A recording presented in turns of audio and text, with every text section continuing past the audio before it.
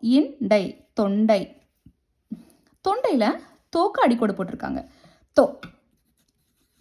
நெடிலா குறிலா தோ அப்படின்னா இத்து கூட்டல் ஓ தோ. ஓகே, நெக்ஸ்ட் பேரணி பே இப்பு கூட்டல் ஏ பே. ஓகே, நெக்ஸ்ட் பாகு பாகு பா பா எப்படி பிரிப்போம்? இப்பு கூட்டல் ஆ பா. செவ்வாழை செ செ எப்படி எழுதலாம்? இச்சு கூட்டல் ஏ செ.